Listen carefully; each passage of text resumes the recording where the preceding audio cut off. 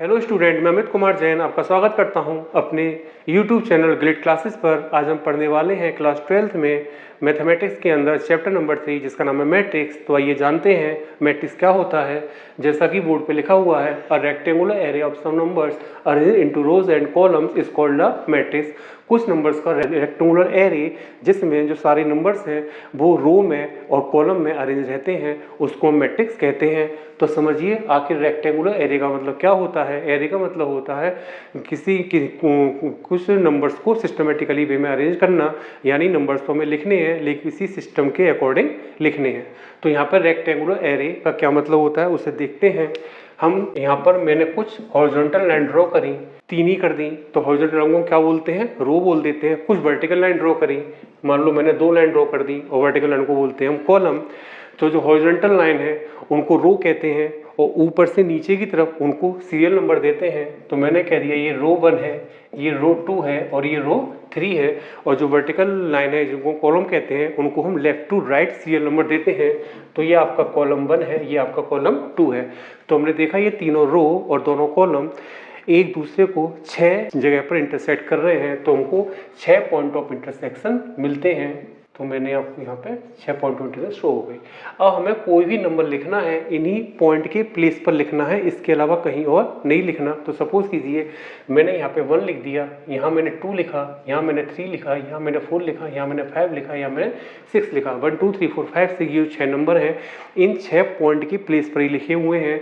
तो इसको हम अलग से अगर विजुअलाइज करना चाहें तो हमको ये वाला अरेंजमेंट मिलता है 1 2 3 4 5 6। तो ये जो अरेंजमेंट है इसको हम बोलते हैं मैट्रिक्स। इसी को हम कहते हैं रेक्टेंगुलर एरे है। रेक्टेंगुलर एरे मतलब जिसके अंदर सारे नंबर्स कॉलम में और रो में अरेंज रहते हैं। तो डेफिनेशन क्लियर हो जाती है, a rectangular array of some numbers arrange into rows and column is called a matrix. अब इसके कुछ पॉइंट हैं वहाँ पर आते हैं।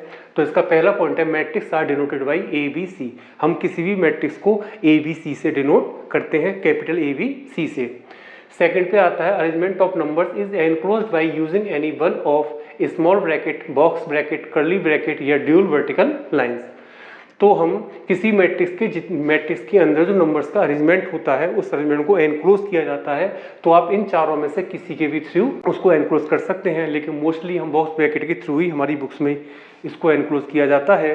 तो इस मैट्रिक्स को हम इस बॉक्स ब्रैकेट की हेल्प से एनक्लोज करेंगे। अब इस मैट्रिक्स को नाम भी देना पड़ेगा। तो पहले पॉइंट पे लिखा हुआ है matrix are denoted by capital A B C. तो सपोज कीजिए मैंने उसको नाम क्या दे दिया, ए। आप बी दे दीजिए, कुछ भी दे दीजिए, ए बी सी बस कैपिटल लेटर होना चाहिए।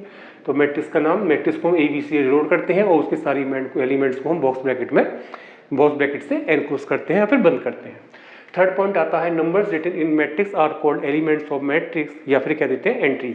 तो मैट्रिक्स के अंदर जो नंबर्स लिखे होते हैं हम उन नंबर्स को कहते हैं कि भाई ये मैट्रिक्स के एलिमेंट है, या दूसरे वर्ड में बोले तो हम कह देते हैं मैट्रिक्स की एंट्रीज हैं। एंट्रीज बोलो चाहे एलिमेंट बोलो, दोनों का मतलब एक ही है। तो यानी कि इस मैट्रिक्स में जो ये नंबर लिखे हुए हैं 1 2 3 4 5 6 ये सारे के सारे क्या हैं, इसके भाई ये इस मैट्रिक्स ए के एलिमेंट है, या फिर कहते हैं इस मैट्रिक्स की एंट्रीज हैं। बात एक ही है। If a matrix has m rows and n columns, अगर मैट्रिक्स होगा तो उसमें नंबर ऑफ रो भी होंगे, नंबर ऑफ कॉलम भी होंगे। तो हमने सपोज कर लिया कि हमारा जो मैट्रिक्स है उसके अंदर m नंबर ऑफ रोज कितनी है m और नंबर ऑफ कॉलम्स कितने n। तो हम क्या करते हैं, number 1 m by n, m cross n लिखते हैं, m क्रॉस n है, read as m by n, इसको पढ़ते हैं हम m बाई n है। तो m क्या है, नंबर ऑफ रोज, n क्या है, नंबर ऑफ कॉलम्स। तो पहले नंबर ऑफ रोज ही लिखा जाएगा और सेकंड प्लेस में नंबर ऑफ कॉलम ही लिखा जाएगा, ये फिक्स है बिल्कुल।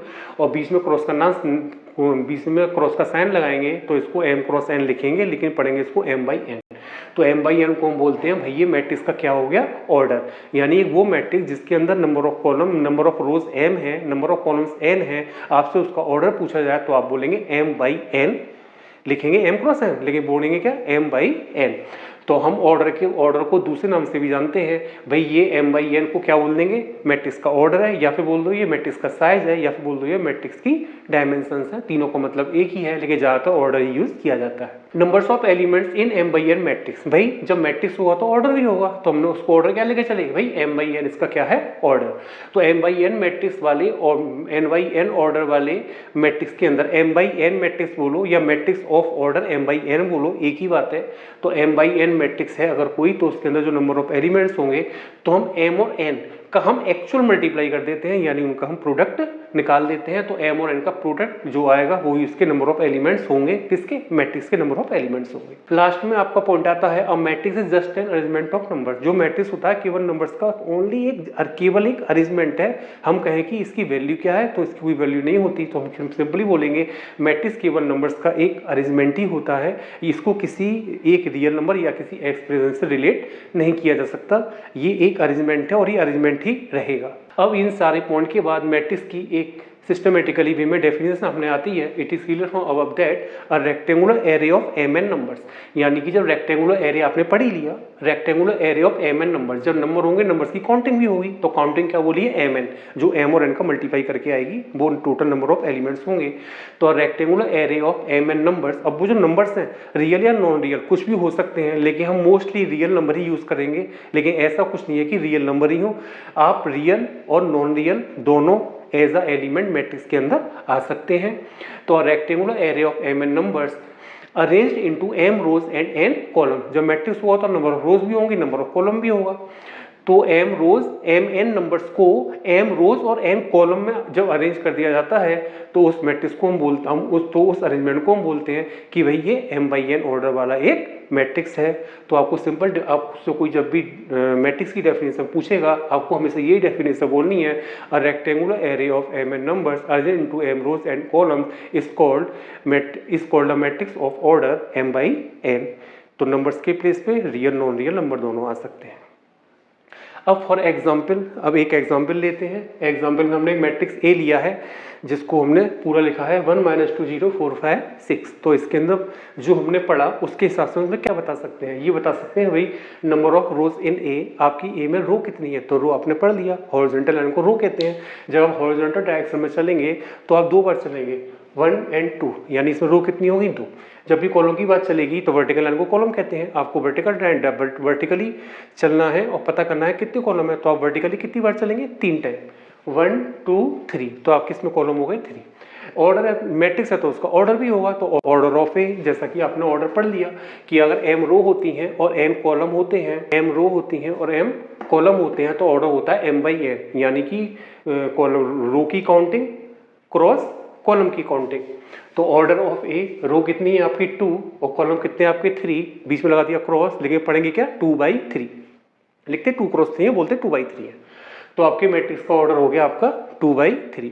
अब इसके टोटल नंबर ऑफ एलिमेंट्स, तो number of elements in A, तो मैंने क्या बताया था, number of row number of column का एक्चुअल मल्टीप्लाई कर दो। तो नंबर ऑफ रो 2 है, नंबर ऑफ कॉलम 3 है, तो इनका एक्चुअल मल्टीप्लाई क्या आ गया आपका 6।